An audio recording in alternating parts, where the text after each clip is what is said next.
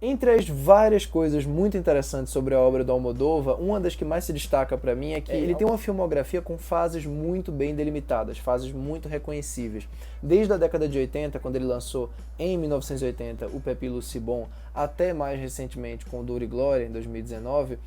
você vê que ao longo de 4 décadas ele conseguiu ter um estilo muito próprio, um estilo que em essência não mudou muito, mas que passou realmente por uma transformação muito grande entre cada uma dessas décadas. Você pega o Almodóvar mais transgressivo da década de 80, o Almodóvar mais cômico barra melodramático, já entrando realmente no melodrama mais sóbrio entre a década de 90 e a década de 2000, e do final dos anos 2000 para cá, eu diria que se firmou um cineasta que está constantemente olhando para elementos do passado e da própria carreira, que é uma coisa natural, provavelmente de alguém que tem a idade dele, que chegou na fase da vida que ele está, e também o Almodóvar visualmente muito mais contido também, com algumas exceções de novo. Aliás, eu ainda dou outro mérito para o Almodóvar, que é o fato de que ele conseguiu fazer coisa muito boa, coisa não tão boa e coisa ruim também em praticamente todas essas fases. Eu fico feliz em dizer que Mães Paralelas, o novo filme dele, que estreia no Brasil diretamente na Netflix no próximo dia 14, está entre as coisas boas. Antes de entrar em mais detalhes sobre o filme, claro, eu vou lembrar você que por acaso ainda não fez isso, não se esqueça de se inscrever aqui embaixo no canal, curta também o vídeo porque isso ajuda muito o canal a crescer e o YouTube a recomendar o vídeo para outras pessoas, e também, claro, não se esqueça de ativar o sininho das notificações, porque isso vai notificar você todas as vezes que a gente postar vídeos novos aqui no canal. Não se esqueça também de conferir outros comentários meus, caso tenha interesse, tanto na minha conta do Letterboxd quanto na minha conta do Twitter, os links estão aí do lado e na descrição aqui abaixo. Esse filme, na verdade, ele retoma três coisas que são muito caras à obra do Almodóvar, entre várias outras, claro, mas que são essenciais para que a coisa aqui seja do jeito que é. A primeira delas, claro, é a parceria com a Penélope Cruz, a sétima parceria com a Penélope Cruz, e eu diria que a mais proveitosa, de modo geral,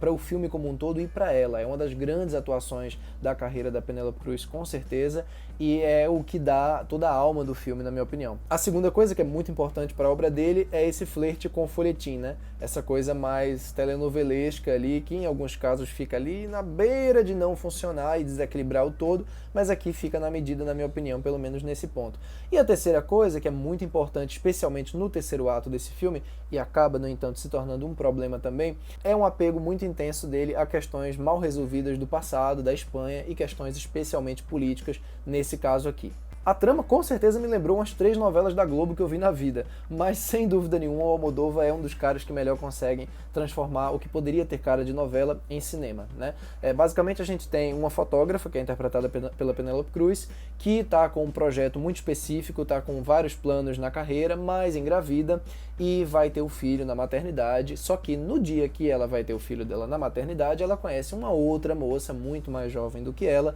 que também está tendo o primeiro filho e está muito nervosa com relação a isso, e as duas naturalmente conversam, compartilham experiências, uma tenta tranquilizar a outra por ser um pouco mais velha, mas também está passando ali por uma primeira gravidez, quer dizer, por uma experiência que já é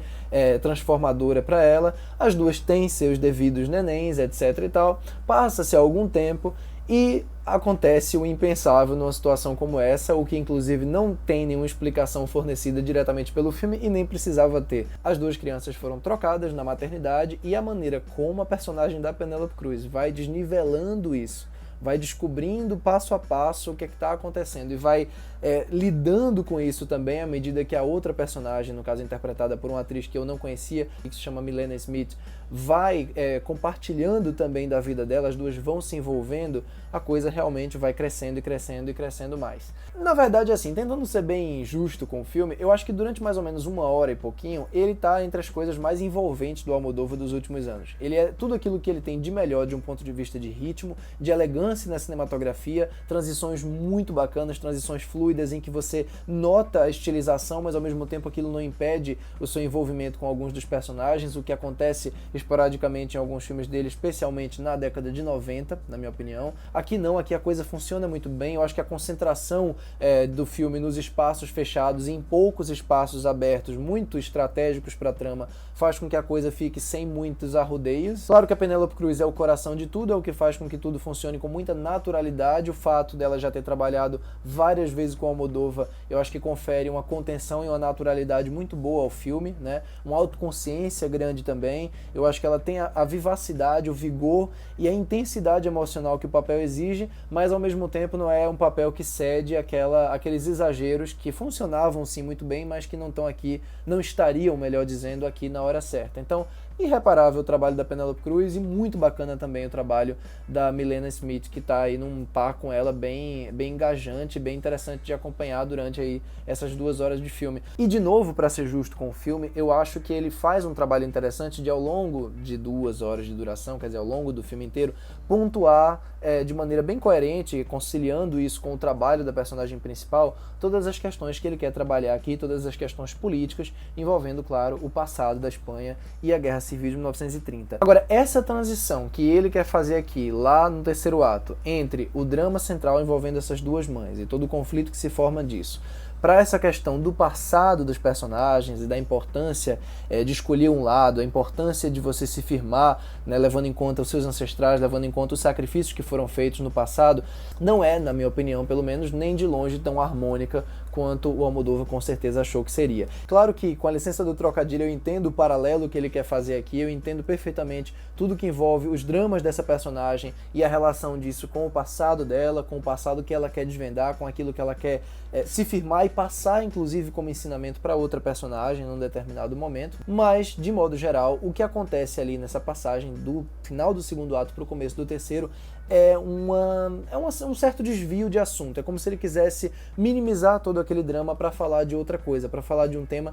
que desde o começo ele julgava ser muito importante, mas ele não consegue conciliar tão bem as duas coisas. Em outras palavras, o Almodóvar sempre foi um diretor de levar até as últimas consequências os dramas dos personagens, especialmente quando são dramas doloridos, dramas que envolvem questões muito delicadas do passado e da vida deles. E aqui parece que a coisa se dilui, a coisa se dissolve e de repente passa a ser sobre um outro assunto que ele vinha pincelando ali até o meio do filme. Acho que ele não é nem de longe tão insípido e desinspirado quanto o Julieta, nem é também um filme aleatório como é Os Amantes Passageiros, mas também não é tão redondo e tão maravilhoso quanto o Dor e Glória, muito menos tão impactante quanto são, por exemplo, o Tudo Sobre Minha Mãe, O A Pele Que Habito ou Má Educação.